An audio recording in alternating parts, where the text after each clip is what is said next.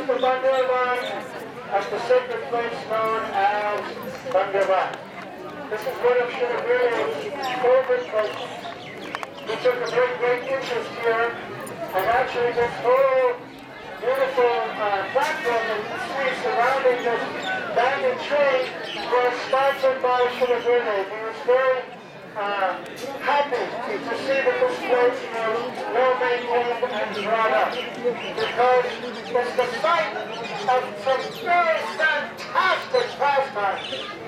So, please when you're here, you'll enjoy this very much. Hey! Hey! Listen!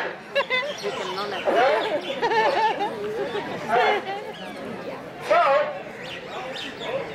because we're such a beautiful forest, and the breezes are so cool and sweet, Krishna and Baladev and the cowherd boys would often come here, grazing their cows, and they would stop here for lunch.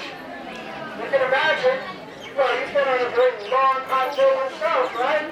How wonderful it is to sit in the cool shade of this beautiful tree. And then when the cowherd boys would sit around, sometimes Krishna would take Baladev and place his head in his lap and stroke his hair and help him and massage him and soothe him. Sometimes Krishna himself would lie down, his head on the lap of another cowherd boy. And the rest of the cowherd boys would stand around and sing very sweet songs. Has anyone here read Bhakti Rasayan, Srila Guru's magnificent commentary and stories about the key verses picked by Sri Sanatana Goswami from Bhagavatam? Well, in that, there's a very exceptional description of Krishna in a place just like this. And the cowherd boys are standing around singing, and hear themselves that their voices are just as good as Krishna. And they're singing so sweetly, so nicely, songs of praise, songs of Krishna's pastime, Krishna's joyous activities. And Krishna's lying in the lap of his friend, others massaging his legs and his feet and his arms. And he's bound by flame. He can't move a muscle. He's just drowning in the ocean of flame in the songs of the cowherd boys. This is this Bandhavan. This tree, one time, was so large it extended for 8 miles. The Jamuna was much closer, and it would go all the way across to the other bank. Sometimes the boys would climb into the branches and walk all the way to the other side. One time when they were here, they were all resting and enjoying this cool breeze, but the cows were a little hungry, so they wandered off. And then they got lost, and they went to a very dry and dangerous part called Manju, the forest of Manju. And there, when the cowherd boys were searching, they found them there in this very dry forest. All of a sudden, some of the allies of Kamsa, seeing Krishna's friends so close and vulnerable, lit that dry grass and those dry trees, and all of a sudden, a giant forest fire roared up on all sides, all around the cows, the cowherd boys, and they're crying, "Oh, Krishna! Krishna, save us! Save us!" Is this against Bhakti? Is this against Bhakti that they were crying, "Krishna, save us"? Prahlad Maharaj didn't cry, "Krishna, save us." Prahlad Maharaj was content. Whenever Krishna would do, he would sit there and just chat. No, we will get into that another time. This is one of the definitions of pure Bhakti, Anladi Rashika. It's not a fault, it's actually an ornament of their Bhakti. And in their most distressed condition, they call for Krishna. Krishna, immediately understanding the plight of his friends, ran to that forest fire, and then seeing flames everywhere about to engulf the cows and the cowherd boys. He said, "Oh, my friends, don't worry. Close your eyes immediately." And then, when they closed their eyes, Krishna inhaled all the flames. Why did Krishna ask them to close their eyes? Because he didn't want to get in trouble with Mother Yashoda.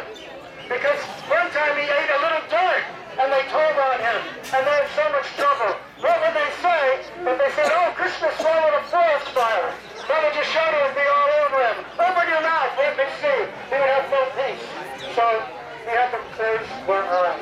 And then he sucked up the fire, and then magically, all the boys found themselves back here again eating lunch and enjoying.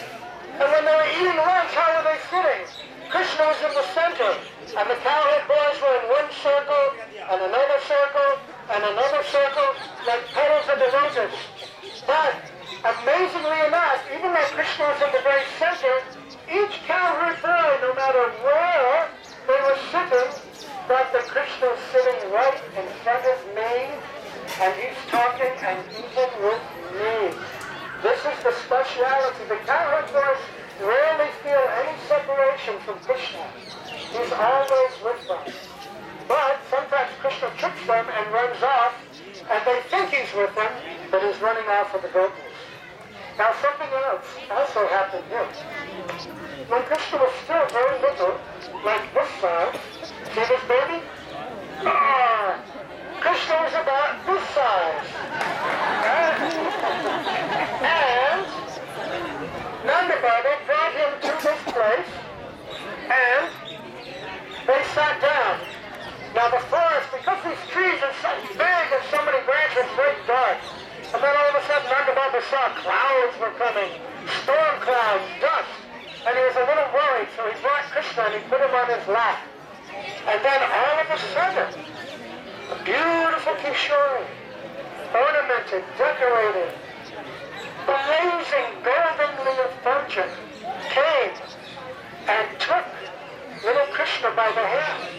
And Nanda Baba was stunned, his mouth open. And he gave it to this Kishori, and she walked away with Krishna. And she walked to a little distant place, and then she was surrounded by similarly beautiful friends, all beautifully dressed, all of that Kishori age, and then all of a sudden, Krishna manifested his Kishore form as well, fully in his beautiful teenage form.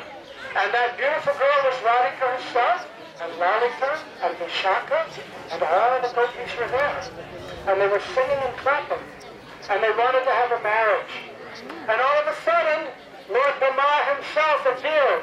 You see this altar up here? There's Radha and Krishna, and then there's Lord Brahma. And he came and recited Vedic mantras, and they performed a wedding. Radha and Krishna and all the cowherd girls were witnesses. And it was a wonderful affair. But was it a real wedding? Sometimes people would cite that as evidence that Krishna was genuinely married. The Gurudev always said, no, no, no. This is a play marriage. This is part of their pastime. Because if it was a real marriage, their parents would be there. Vrishabhanu Maharaj, Kirtida, and Nanda Baba, and Yashoda Maya, everyone would be there. They'd be giving charity. There'd be so many other things going on. This was a child's play marriage. But it was so sweet and so endearing. And then after that, and after they played in that way so nicely, then Krishna took his little baby form again, and Radhika took him back, placed him in the lap of Nanda Baba, who was sitting there still stunned, and then she walked away, and then the storm clouds dispersed, and everything was okay. And just so you don't think that this is only cowherd boys and an occasional Gopi and Krishna Leela, also, sometimes when the cowherd boys would come, they'd be wrestling. Because boys like to wrestle, right? Viraj. Hey, I can defeat you. No, I can defeat you. And that would be an important part of their day. And sometimes Krishna would win, sometimes Sridhar Subal.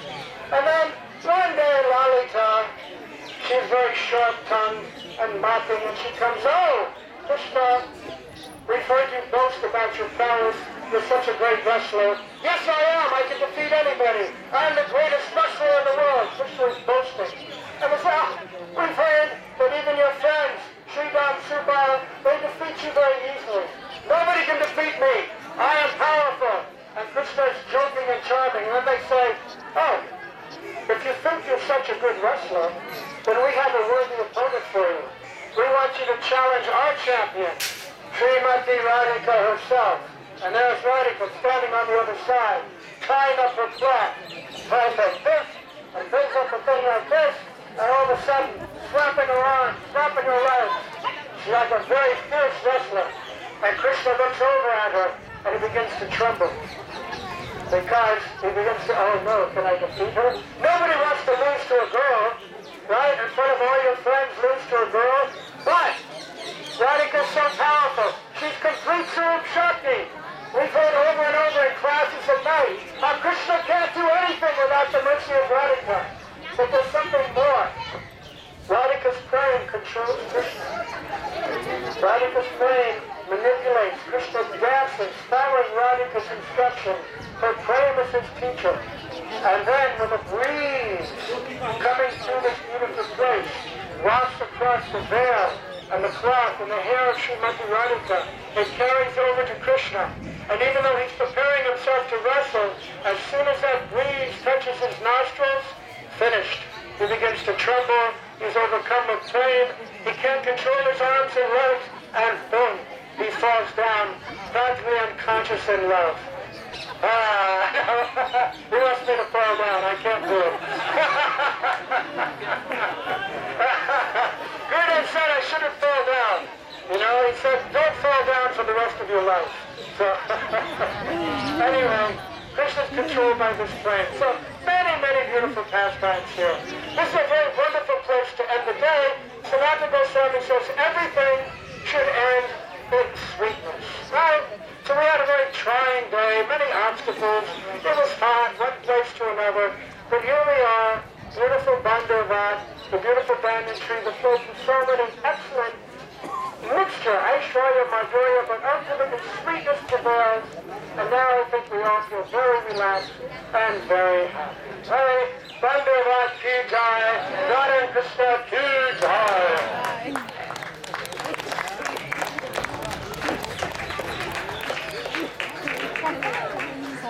Om Gana Pimirandasya Janangana Slaka Sasura Sangana Pasmi Sri Gurave Namah Mansa Kalpatarvasa Kripasindhu Bhavasa Patitanam Pavanabho Vishnavibho Namah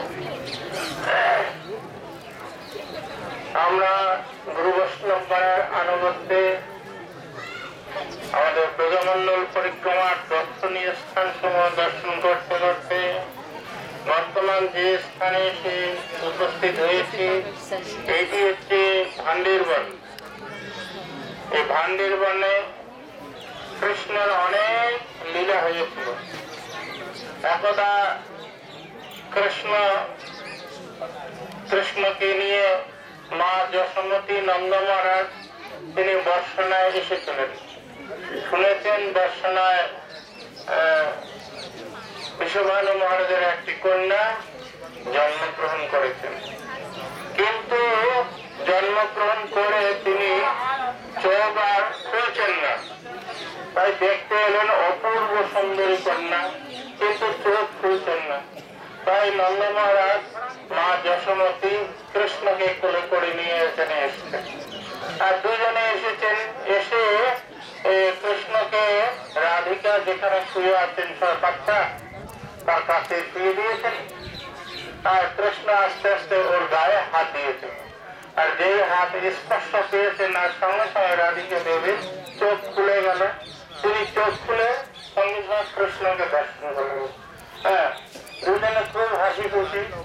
ইতিমধ্যে ওরা নন্দ মহারাজ, বিশ্বভানু মহারাজ এরা সব অন্দরমহলে গিয়ে সংসারে যাবতীয় কথাবার্তা বলছেন। এই সুযোগে ওরা চলে আসলেন এইখানটা। কৃষ্ণ অতটুক বাচ্চা, রাধিকা রানী অতটুক বাচ্চা, দুইজনে চলে আসলেন এই ভান্ডির বনে। আর এখানে আসলেন 15 বছর বয়স্কা হচ্ছেন রাধা রানী, আর 16 বছর বয়স্ক হচ্ছে কৃষ্ণচন্দ্র। নব যুবক যুবতী, নবীনা যুবক যুবতী, অপূর্ব সুন্দর।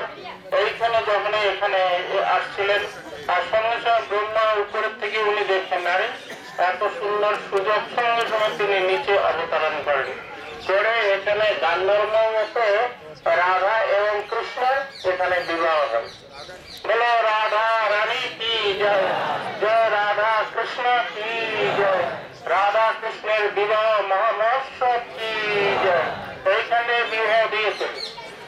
এই জন্য অনেকে অনেক রকম কথা বলেন, কিন্তু রাধারানী হচ্ছেন কৃষ্ণের নিত্য শক্তি, আর শক্তি এবং শক্তিমান অভেদ তত্ত্ব। সুতরাং এখানে রাধা রানীকে যদি কৃষ্ণের বাঁয়ে রাখা হয়, তার কিন্তু কোনো গর্হিত শব্দ ব্যবহার করা চলবে না। যেহেতু কৃষ্ণের নিত্য শক্তি হচ্ছেন রাধা রানী। আর এইখানে ভান্ডে মনে সকারা খেলছেন, আর খেলতে খেলতে এখানেই ওই খাবার নিয়ে আসছেন। খাবারগুলো নিয়ে কৃষ্ণকে কেউ খাওয়াচ্ছেন, আর কৃষ্ণ সখাবৃন্দকে খাওয়াচ্ছেন, আর এত সখাদের এতটাও তিনি খাচ্ছেন। একদা দেখা গেল ব্রহ্মা তিনি দেখছেন কৃষ্ণ তো জন্মগ্রহণ করেছেন ভগবান, কিন্তু কৃষ্ণ ভগবান কিনা এটা জানবার জন্য তিনি এবার কি করলেন, উপর আকাশ মার্গের থেকে তিনি লক্ষ্য করছেন যে কৃষ্ণের বাল্যলীলা কি দেখলেন যে সকারা খাচ্ছে, এতটা আবার কৃষ্ণকে দেখছে। ব্রহ্মা মনে মনে ভাবলেন এ আবার কিরকম ভগবান, ভগবানের তো প্রসাদ সবাই সেবা করেন, ভগবান আবার এত খাবেন কেন? ঠিক আছে, আমি একটুখানি ভগবানের লীলাটা আর একটুখানি দেখবার জন্য চেষ্টা করি। এই জন্য কি করলেন, আর গরুগুলো করে দিয়েছেন, ওরা ঘাসটা থেকে তো এগিয়ে যাচ্ছে, আর এমন সময় সকারা এদিকে আছেন, ওই গরুগুলোকে নিয়ে তিনি একটা কূপের মধ্যে রেখে দিলেন আর টাকা দিয়ে দিলেন, আর এদিকে সকাবৃন্দকে একবার নিয়ে গিয়ে রাস্তায় ঢেকে দিলেন। এই আকার মার্গে তিনি আবার চলে গেলেন। দেখছেন যে একবার দেখি কৃষ্ণ ভগবান কিনা, যদি হয়ে থাকে তাহলে লীলাটা বন্ধ হয়ে যাবে এখনই। যাই হোক, কৃষ্ণ তিনি বুঝতে পারলেন যে ব্রহ্মা এইরূপ ভাবে আমার সখাবৃন্দকে এবং গোবৎসগণকে সবাইকে হরণ করে নিয়ে গুফার মধ্যে ঢুকে রেখেছেন। ঠিক আছে, কৃষ্ণ তিনি কর্তুল অকর্ত অন্যতা কর্ত এবং ভগবান।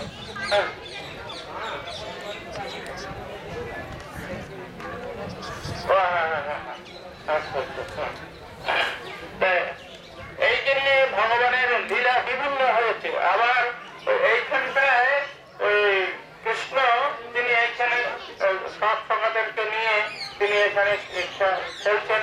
খেলতে খেলতে তিনি একদিন মনে মনে ভাবলেন, সখাদের বললেন যে সখারা দেখো আজকে একটা নতুন খেলা খেলবো। কি খেলা? যে রাজা কৃষ্ণকে রাজা করা হলো, রাজার উপরে আছেন, মধুমঙ্গল গেটের মধ্যে আছেন, আর সব সখারা এক করে খাবারগুলো পাঠাচ্ছেন।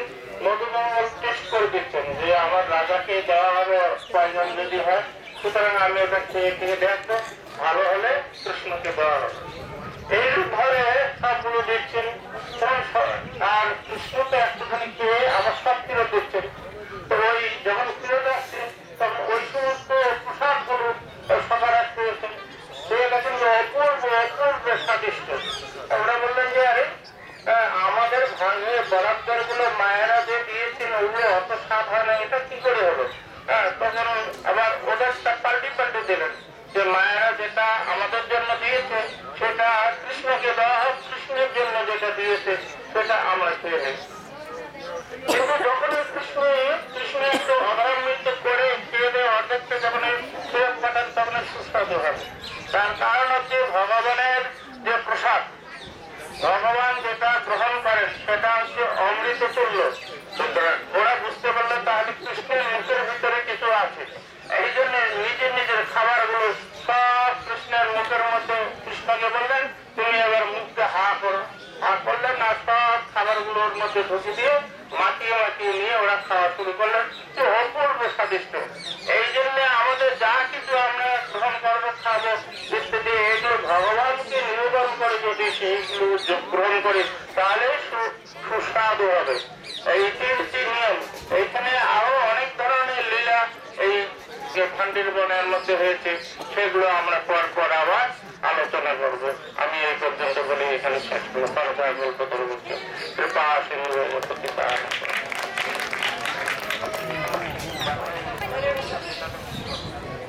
ओम ज्ञानतिमिरान्धस्य ज्ञानाञ्जनशलाकया चक्षुरुन्मिलितं येन तस्मै श्रीगुरवे नमः। गुरवे गौरचन्द्राय राधिकाय सदालय कृष्णाय कृष्ण भक्ताय सद्भक्ताय नमः। बोलो हरे कृष्ण कृष्ण कृष्ण हरे हरे, हरे राम राम राम हरे हरे। हम लोग श्रीला गुरु जी की कृपा से श्रीधाम ब्रजमंडल परिक्रमा करते करते अभी जहाँ पर पहुँचे हैं, यह स्थान का नाम भांडी भट्ट है। आप लोगों ने श्रवण किया, भा मतलब होता है प्रकाश, हाँ, अब बट मतलब होता है ये बट वृक्ष है। इसका मतलब है जिस बट वृक्ष को नीचे भा मतलब है प्रकाश, जहाँ पर भगवान की दिव्य जो लीला है, जो अपराजित लीला जिस वृक्ष को नीचे प्रकाशित हुआ है, इसलिए ये स्थान का नाम भांडी भट्ट है। आप लोगों ने श्रवण किया, ये जो स्थली, तो यहाँ पर 3 रस विशेष करके यहाँ पर प्रकट हुआ है। जैसे एक सख्य रस है और एक वात्सल्य रस और एक मधुर रस, तो ये 3 रस यहाँ पर प्रकाशित हुआ है। इसलिए आप लोगों ने एक एक लीलाओं को श्रवण किया। कृष्ण यहाँ पर बछड़ों को ला करके कृष्ण यहीं पर बछड़ों को चराए करते थे, और जब कृष्ण बछड़ों को चराने के लिए आते थे, उसे वृक्षों के ऊपर में माता लोगों ने जो उनको नाश्ता भोजन देते थे, वो भोजन को इसे वृक्ष में बांध देते थे, लटका देते थे। और कभी कभी इसे वृक्षों के ऊपर में चढ़ करके इसका टहनिया इतने दूर तक लंबी गया था। यमुना पास में यमुना यही बह रही थी।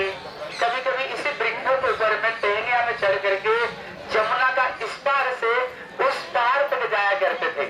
इतना बड़ा, अभी जो वृक्ष देख रहे हैं ये बाद में बना है, लेकिन उसी समय जो वृक्ष था वो विशाल वृक्ष था। इसलिए आप लोग को बोलो, क्या पेड़ का टहनिया इतना बड़ा होते थे।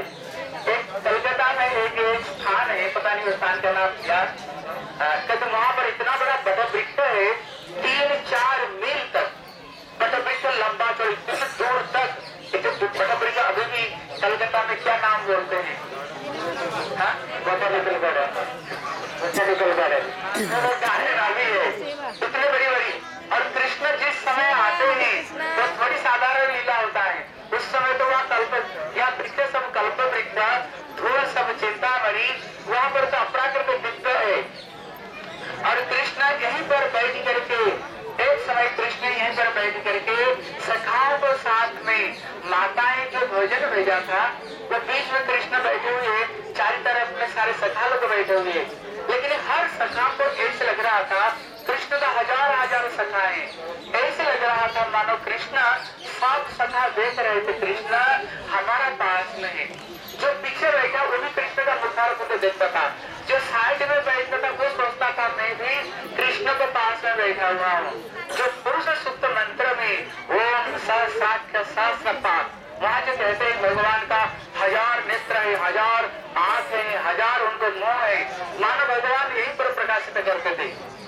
अभी कृष्ण जो बीच में बैठ करके सखाओं को साथ में भोजन कर रहे थे, और सखा लोग घर में लाए हुए वस्तुओं को खिला रहे थे और खा रहे थे। इतने में गैया वो आसपास में चल रहे थे, और हरी घास को देख करके गैया अभी धीरे यहाँ पर घोर जंगल में मुंजा तबू में प्रवेश कर गई। इतने में कंस ने अपना दूतों को आगे से देख कर रखा था, सूर्य को पाते ही तुम लोग सबके सब मार डालना कृष्ण और उनको सखाओं को। इतने में सखाओं ने देखा यहीं पर अभी गैया चल रहे थे, कहाँ चले गए। अभी कृष्ण को छोड़ करके ये सखा सबके साथ गैया को ढूंढने के लिए गए। इतने में कंस का दूतों ने चारों तरफ में उन्होंने आग लगा दिया। आग लगाते ही, और आग लगने पर बड़ी तेजी हवा बहता है, देखते देखते चारों तरफ में आग एकदम फैल गया, और सखा गैया एकदम बीच में फंसे हुए अभी जोर से पुकारे, कन्हैया हमको बचाओ, कन्हैया, जो जोर से पुकारे। इतने में कृष्ण झट जा करके वो बीच में प्रकट हो गए। कृष्ण ने कहा सखाओ एक काम करो, तुम लोग आंख बंद कर दो। सखा लोगों ने सोचा लगता है कन्हैया को जो जादू करना जानता है, क्योंकि कभी कभी कृष्ण कोई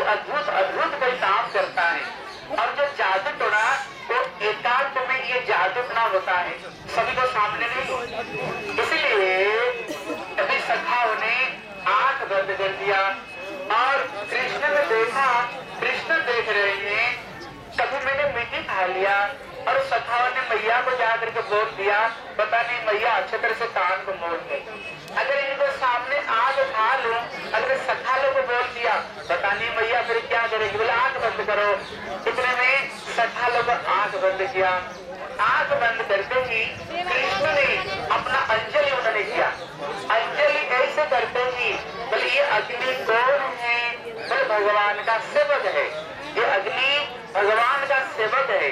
अभी भगवान अभी अग्नि को उन्होंने पान करना चाहते हैं।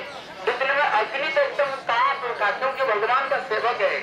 इतने में अग्नि आ करके भगवान को हाथ में आ गया, डर तुम्हारे कांपते हुए, क्योंकि भगवान का मत भयात बाती बात सूर्य तपति मत भयात दहती अग्नि बरसती इंद्र मृत्यु चरत मत भया। भगवान के डर से ये सारे देवादमी काम करते हैं, इसलिए भगवान का डर से अग्नि हाथ में आ गया। लेकिन अभी भगवान अग्निपान करना चाहते हैं, लेकिन भगवान का मुख कैसे है, पर भगवान का मुख कोमल है, जो मक्खन खाने वाले भगवान, लेकिन भगवान अग्नि को कैसे पान करेंगे। इतने में जोग माया प्रकट हो गई। जोग माया प्रकट होकर के बोले भगवान इतने कोमल मुंह में कैसे अग्निपान करेंगे। इतने में जोग माया प्रकट होकर के अग्नि को उन्होंने पान कर दिया। लेकिन ऊपर से क्या दिखा, जैसे कृष्ण ने अग्निपान किया, बोले कृष्ण अग्निपान नहीं किया, अग्नि उनको जोग माया ने पान किया। लेकिन अभी प्रश्न है, लेकिन सारा दुनिया क्या बोलते हैं, अग्नि कौन पान किया, बोले कृष्ण पान किया। बोले कृष्ण का नाम क्यों हो रहा है, कहते हमारे संस्कृत का नियम ये है, भले ही पत्नी को जो काम करे, लेकिन नाम किसका होता है, पति का नाम होता है। अगर पत्नी का नाम पर कोई पैसा भी हो, शादी हो जाए तो किसका नाम पर हो जाता है, तो पति का नाम पर हो जाता है। इसलिए क्योंकि पत्नी किसकी शक्ति है, पति का ही शक्ति पत्नी है, शक्ति किसकी है, कृष्ण का ही शक्ति है। इसलिए काम की तो जोग माया, लेकिन नाम हो गया कृष्ण कन्हैया की। श्री कृष्ण कन्हैया लाल की। इसी लीला में श्री भक्तिविनोद ठाकुर जो शिक्षा देते हैं, शिक्षा क्या है, बोले गोभी, बोले गैया हरी हरी घास को देख करके जंगल में प्रवेश किया, इसलिए गैया का नाम गोभी। गो मतलब इंद्रिया। उसी तरह हमारा जो इंद्रिया है वो हरा हरा घास मतलब होता है ये संसार का जो विषय है। ऊपर संसार देखने में बड़ी प्यारी लगती है, पत्नी का मुंह पहले कैसे लगती है, लगती जैसे चंद्रमुखी, हाँ, लेकिन बाद में फिर धीरे धीरे लगती है सूरजमुखी, फिर ज्वालामुखी। इसलिए ऊपर तो संसार ऊपर से कितने प्यारी लगता है।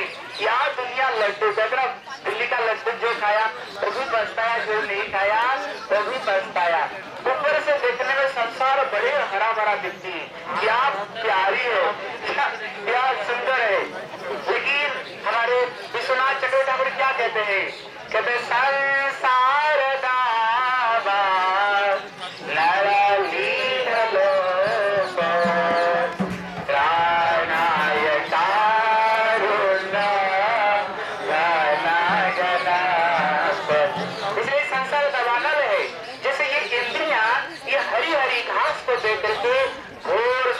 प्रवेश करते हैं, जो चारी तरफ में आग लग गया, चारी तरफ में।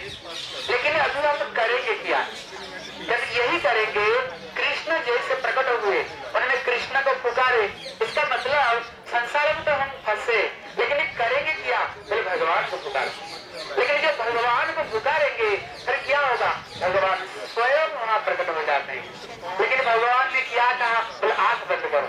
बोले आंख बंद करना मतलब क्या, बोले संपूर्ण रूप में सर्वधर्मान परित्यज्य माम एकम शरणं व्रज, सारे धर्म को छोड़ करके भगवान का चरण में संपूर्ण शरणागत हो जाओ। फिर जब उन्होंने आंख बंद किया, जब आंख खुला देखा क्या, वो अग्नि को अंदर में नहीं देखा, देखा इसी वृक्षों के नीचे सबके सब सखा गैया इसको नीचे लेट हुए हैं, मंद सुमंद हवा बह रहा है और सबके सब बड़े प्रसन्न होकर के सबके सब बैठे हुए। इसका मतलब है जब हम संपूर्ण रूप में भगवान का चरण में शरणागत हो जाएंगे, जब हम आंख बोलेंगे ना, हम कहाँ पर देखेंगे? हम देखेंगे हम गोलोक वृंदावन में राधा कृष्ण को दिव्य चरण में बैठते हुए उनका लीला रस को आस्वादन करते हुए हम देखेंगे। तो ये लीला का शिक्षा यही है। कहते कृष्ण यहीं पर ही उन्होंने धेनु का सुर को यहीं पर बंद किया। जब कृष्ण के बलराम यहीं बैठे हुए थे और उतने में धेनु का सुर आ गया तो बछड़ा रूप धारण करके आया। तो बछड़ा रूप क्यों धारण किया? उसने सोचा कृष्ण को मारने के लिए पुतना सकटासुर सेनावर्त बहुत बहुत लोग गए, बक्सासुर बहुत लोग गए, लेकिन सबके सब उन्होंने खत्म कर दिया। लेकिन उन्होंने सुना कृष्ण बछड़े को बड़े प्यार करते, क्योंकि गोपाल है, गैया को बड़े प्यार करते हैं। सोचा अगर बछड़े बन जाओ, हमने सुना है कन्या सारे बछड़ों को गले में लगाते हैं, जब मेरे को ये गले में लगाएगा बांस गला दबा दूंगा। यही सोच करके बछड़े को धारण करके यहाँ पर आ गया और बछड़े को साथ में मिलना चाहते, लेकिन वो दैत्य है, उसके शरीर से बदबू निकलता है, कोशिश करता है तो बछड़े से मिलने के लिए, लेकिन बछड़े सबसे अलग होते जा रहे। कृष्ण दूर से देखा ये बछड़ा मिलना चाहता, लेकिन कोई बछड़े मिल नहीं रहे, क्या बात है? बोले दाऊद लगता है ये कोई दैत्य ऐसा था। लेकिन वो बछड़ा जब धीरे धीरे होते हुए उन्होंने कृष्ण को पास में आया, सोच रहा था कृष्ण तो मेरे को गले में लगाएंगे, लेकिन में कृष्ण झपट करके उसका पीछे दोनों टांग को पकड़े और बड़े जोर जोर से घुमा करके उन्होंने एक केव के ऊपर जोर से मारे। मारते ही देखा तो दो काम हो गया, एक में तो दैत्य मारा गया और जो केव बेल था पक गया था वो धपा कर गिरने लगा। सखा लोग तो बड़े खुश हो गए। कन्या एक साथ में उसने दो काम कर दिया और जो लोग आकाश मार्ग से देख रहे थे उन्होंने भगवान की जयकार दिया है। बोल श्री कृष्ण कन्हैया लाल की। और यहाँ पर श्री बलदेव प्रलंबासुर को बंद करते हैं। जब ये प्रलंबासुर ये सखा बन करके आ गया था और उन्होंने कृष्ण को साथ में मिल गया और कृष्ण बलराम दो पार्टी में यहाँ पर चल रहे थे। उसने अभी उन्होंने पार्टी का ले लिया, बलदेव प्रभु का पार्टी में ले लिया। अभी न कृष्ण का पार्टी में संजोग हो गया। वो तरीके उस पार्टी में शर्त था जो हारेगा एक को कंधे में बैठा करके दूसरा जगह पर ले जाना पड़ेगा। अभी पार्टी हार गई कृष्ण पक्ष की। अभी श्री बलदेव प्रभु का जो पक्ष अभी कृष्ण पक्ष वाले अभी बलदेव प्रभु पक्षों को कंधे में लेंगे। ये प्रलंबासुर ने श्री बलदेव प्रभु को ले लिया, ले करके उनका यही भांडी बैठी उनका निर्दिष्ट स्थान था, वहां से कंधे पर यही लाना पड़ेगा। इतने में प्रलंबासुर तो श्री बलदेव प्रभु को दूसरे रास्ता पर ले गया। भगा तो वो बलदेव प्रभु ने सोचा ये कहाँ ले जा रहा है। ऐसे करते करते धीरे धीरे उसने आकाश में उड़ाते हुए ले गया। जब आकाश में उड़ाते हुए ले गया अभी बलदेव प्रभु अभी प्रश्न है, बलदेव प्रभु तो साधारण है, वो तो स्वयं संगीत शक्ति की अधिष्ठात्री देवता, वो कृष्ण अधीर नहीं, वो तो संघर्षण तानो व्यवसायी गर्भोदशाई के स्वयं दिशाई। क्या उनको ये बात पता नहीं था? ये प्रलंबासुर है। अगर इतना दिन तक दुर्ग को उन्होंने लेके क्यों किया? कृष्ण के जैसे बचपन में कभी उन्होंने क्रियावर्तों का सहायक जैसे एरोप्लेन में उड़े। अभी बलदेव प्रभु का इच्छा हो रहा था, विश्वनाथ के डर कह रहे हैं उनको भी इच्छा था मैं दूसरा एरोप्लेन में उड़ू, लेकिन एरोप्लेन में उड़ू कैसे? अभी जो माया उनको बुद्धि को उन्होंने आच्छादित करके रखा। जब उन्होंने बलदेव प्रभु को उन्होंने आकाश में उड़ाते हुए ले गया और खूब उन्होंने एरोप्लेन में खूब घूम लिया। अभी उनको इच्छा शक्ति योग माया पुष्टि कराया, तो ये कोई साधारण नहीं, ये प्रलंबासुर है। इतने में श्री बलदेव प्रभु उठाया एक मुट्ठी और मारा जोर से, एक मुक्का से उसको छक्का छुड़ा दिया और इतने में प्रलंबासुर वहीं पर प्राण को त्याग करके यहीं पर प्राण त्याग किया। श्री भक्तिविनोद ठाकुर कहते हैं ये प्रलंबासुर का स्वरूप क्या है? जो प्रलंबासुर है ये लाभ पूजा प्रतिष्ठा और स्त्री लाभपत्य ये जो कपटता कभी इसका मूर्ति ये प्रलंबासुर है। कभी ये बलदेव प्रभु कौन? बल्कि गुरु है। बल गुरु का क्या काम है? बल गुकार अंधकार रुकार गु मतलब अंधकार, रू मतलब होता है अज्ञान रूपी अंधकार को दूर करना। इसलिए श्री बलदेव प्रभु शिष्यों के हृदय में जो लाभ पूजा और जो जो प्रतिष्ठा है, ये चीज को छोड़ना बहुत कठिन है। कभी स्त्री पुत्र परिवार छोड़ सकता है, लेकिन ये लाभ पूजा प्रतिष्ठा को कोई नहीं छोड़ सकता। इसलिए श्रीमन महाप्रभु गुंडीचा मंदिर मार्जन में सब कुछ तो झुला करके साफ कर दिया, लेकिन कहीं कोई स्पष्ट रह गया। महाप्रभु अपना कपड़े से घीस घीस कर उतार रहे थे। मतलब साधुओं का हृदय में जो प्रतिष्ठा है उसको छोड़ना बड़ी कठिन है। और ये प्रतिष्ठा के लिए कितना लड़ाई झगड़ा देखना, जितने सारे लड़ाई झगड़ा प्रतिष्ठा के लिए। इसलिए बलदेव प्रभु गुरु रूप में स्त्री लांपत्य और अभिज्ञा और ये मान पूजा प्रतिष्ठा को बलदेव प्रभु गुरु रूप में ही ये समाप्त कर सकते हैं। इसलिए हम लोग यहाँ पर, आप लोगों ने श्रवण किया राधा कृष्ण का, यहाँ पर ब्रह्मा जी ने यहाँ पर शादी भी कराया यहाँ पर है। इसलिए श्री जीव गोस्वामी गोपाल चंपू में ये राधा कृष्ण का शादी को उल्लेख करते हैं। इसलिए बोले क्यों? बोले श्री जीव गोस्वामी हमारा संप्रदाय का तत्वाचार्य है। तत्वाचार्य होने का नाते हमारा जो संस्कृति है, बिना शादी के कभी भी पत्नी को कोई ग्रहण नहीं कर सकते, क्योंकि इसको संपूर्ण रूप में शास्त्र बहिर्भूत माना गया। इसलिए कभी कभी दूसरे लोग ये परत्या भाव को समझ नहीं सकते हैं, क्योंकि ये परत्या तो उन्नत उज्जवल रस है। ये तो वहाँ पर रस की विशेष पुष्टि करता है, ये परत्या रस। लेकिन साधारण दूसरे संप्रदाय का लोग ये परत्या भाव को समझ नहीं सकते हैं। केवल हमारे गौड़ीय वैष्णव लोग ही जो परत्या भाव में उपासना करने वाले, केवल हमारे गौड़ीय वैष्णव, यद्यपि ये शास्त्र में लिखा हुआ है। इसलिए गुरु जी कहते थे, बोले पति सुतान्वया भातृ बांधवान अति विलंघते आचुतागता। इसलिए भागवत में श्लोक है, गोपियों ने अपना पति पुत्र को सबको छोड़ करके उन्होंने कृष्ण को उन्होंने आए। यहाँ परत्या भाव गुरु जी बहुत श्लोकों को प्रश्न करते थे। दूसरे संप्रदाय का लोग ये उन्नत उज्जवल रस को समझ नहीं पाएंगे। इसलिए जीव गोस्वामी कहीं उन्होंने ये परत्या शादी का वर्णना किया है। हमारा ग्रंथ में भी कहीं वर्णना की गई, लेकिन जो उन्नत उज्जवल रस के उपासक है नहीं, ये विवाह को तो स्वीकार नहीं करके उनका परत्या रस को द्वारा परत्या भावे जहाँ प्रजत प्रकार, यद्यपि वो शक्तिमान है, लेकिन योग माया उनको संपूर्ण रूप में उनको भुला करके राधा रानी भी भूल जाती है अपनी आप को, मैं इनके शक्ति हूँ। कृष्ण भी स्वयं भूल जाते हैं हम इनको प्रियतम है। इसलिए योग माया प्रभाव से स्वयं योग माया उनको भुला करके उनको मिलन रस को आस्वादन कराते हैं। इसलिए यहाँ पर जो स्थली है, यहाँ पर बहुत लीला यहाँ पर हुई। हम यहाँ पर आए, यहाँ का चरण को धूल को स्पर्श करें, यहाँ धूल से प्रार्थना करें, एक दिन ये लीला हमारा हृदय में प्रकट हो जाए।